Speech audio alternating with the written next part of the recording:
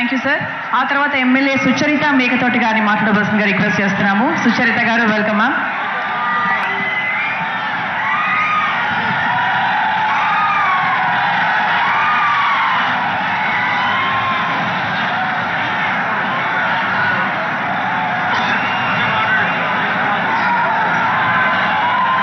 మేదరమెట్ల 4వ సిద్ధం సభకు కొద్దిసేపట్లో రానున్నటువంటి మన ప్రియతమ నాయకులు శ్రీ వైఎస్ జగన్మోహన్ రెడ్డి గారు, వేదికను అలంకరించినటువంటి పెద్దలు, లక్షలాదిగా ఈ కార్యక్రమానికి తరలి వచ్చినటువంటి వైఎస్ఆర్ కుటుంబ సభ్యులు అందరికీ పేరు పేరున హృదయపూర్వక నమస్కారం.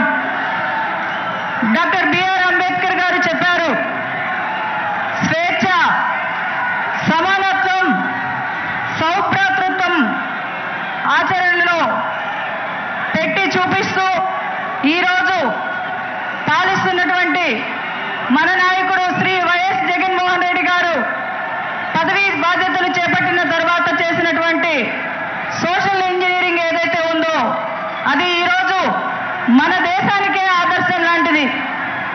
మన జగన్మోహన్ రెడ్డి గారు చేస్తున్నటువంటి సముద్రమంత సంక్షేమంలో చెప్పాలంటే ఒక రోజంతా కూడా సరిపోదు.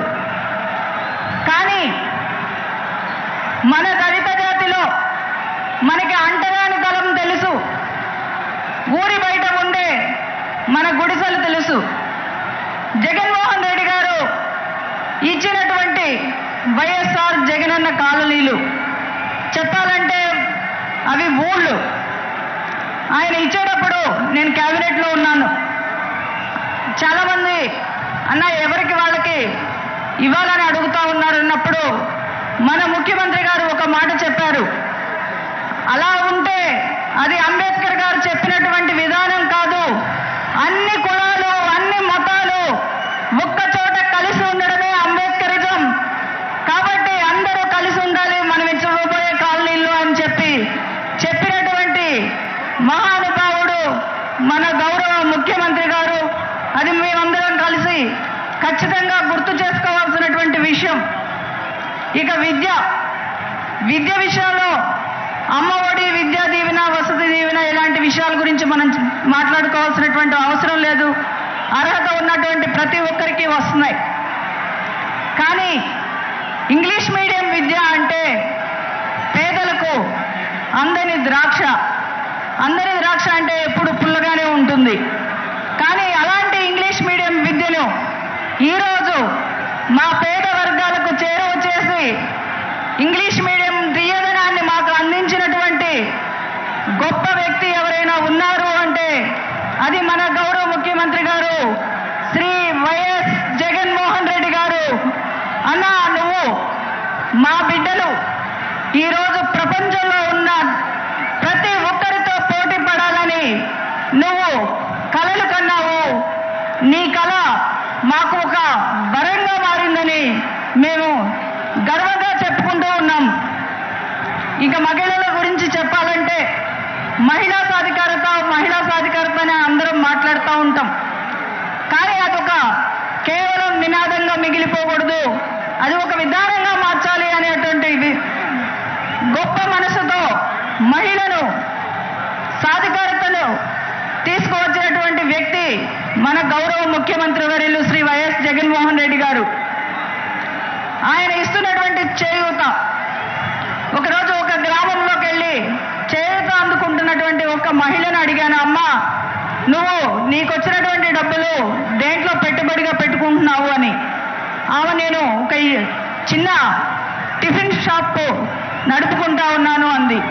పెట్టుబడి పోను నీకు ఎంత డబ్బులు మిగులుతాయమ్మా అని అడిగితే నాకు రోజుకి 2,000 రూపాయలు వస్తాయమ్మా అంది. అంటే ఆమెకి నెలకు వచ్చేటువంటి ఆదాయం ఎంత అని చూస్తే దాదాపు 60,000 రూపాయలు మన ముఖ్యమంత్రి గారు ఇస్తున్న చేత వల్ల ఆమె అందుకుంటా ఉంది. అది కదా సాధికారత అంటే ఈరోజు మహిళలకి. మరి ఈరోజు మహిళా భద్రత కోసం దిశ యాప్ తీసుకుని వస్తే దాని విలువ తెలియనటువంటి వాళ్ళు ఎక్కడుంది దిశ అని అడుగుతా ఉన్నారు. ఈరోజు దిశ ఎక్కడ మహిళల ఫోన్లో డౌన్లోడ్ చేసుకున్న యాప్లో ఉంది దిశ. ఇంకా చెప్పుకోవాలంటే మా లాంటి నిరుపేదలు ఉన్న సొంత ఇంటి కళ నెరవేర్చుకోవడం అన్నది దాదాపు అసాధ్యం. మరి 31 లక్షల మందికి సొంత ఇళ్ల స్థలాలు ఇచ్చి రూపాయి ఖర్చు లేకుండా రిజిస్ట్రేషన్ చేసి ఇచ్చినటువంటి ఘనత మన గౌరవ ముఖ్యమంత్రి గారికే దక్కుతుందని కూడా తెలియజేస్తూ ఉన్నాం. ఇక వైద్యం విషయం, కార్పొరేట్ వైద్యాన్ని మన ఇంటికి మన ముంగిటికి తీసుకొచ్చినటువంటి ఘనత మన గౌరవ ముఖ్యమంత్రి గారిది. ఇలా చెప్పుకుంటూ పోతే మనం ఎందుకు మన ముఖ్యమంత్రి గారికి అండగా నిలబడాలి, మనకు ఎందుకు ఓటు వేయాలి అంటే మరి ఇవన్నీ కూడా మనం చెప్పుకోవచ్చు. అలాగే మన ప్రతిపక్ష నాయకుడు ఉంటాడు, ఆయన చెప్తూ ఉంటాడు ఎక్కడా కూడా ఒక్క నిజం కూడా ఉండదు. మరి ఆయన అబద్ధాల మీద ఒక పెద్ద కథ కూడా ఉంది. ఈ సందర్భంగా మీకు ఒక్కసారి అది గుర్తు కూడా చేస్తాను. ఒక రాక్షసుడు ఒక శివుడు కోసం వరం ఇవ్వాలని చెప్పి చాలా ఘోరమైనటువంటి తపస్సు చేశాడంట. తపస్సు మెచ్చి శివుడు ప్రత్యక్షమయ్యాడు.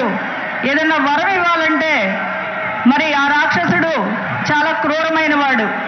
ఎలా తప్పించుకోవాలా అని శివుడు ఆలోచించి ఈ భూమి మీద ఎన్ని చెట్లు పుట్లు ఉన్నాయో నువ్వు ఒక వారం రోజుల్లో లెక్కేసుకుందా అని చెప్పి పంపించాడంట. అతను గబగబా వెళ్ళి 3 రోజులకే లెక్క వేసుకుని తీసుకుని వచ్చాడంట.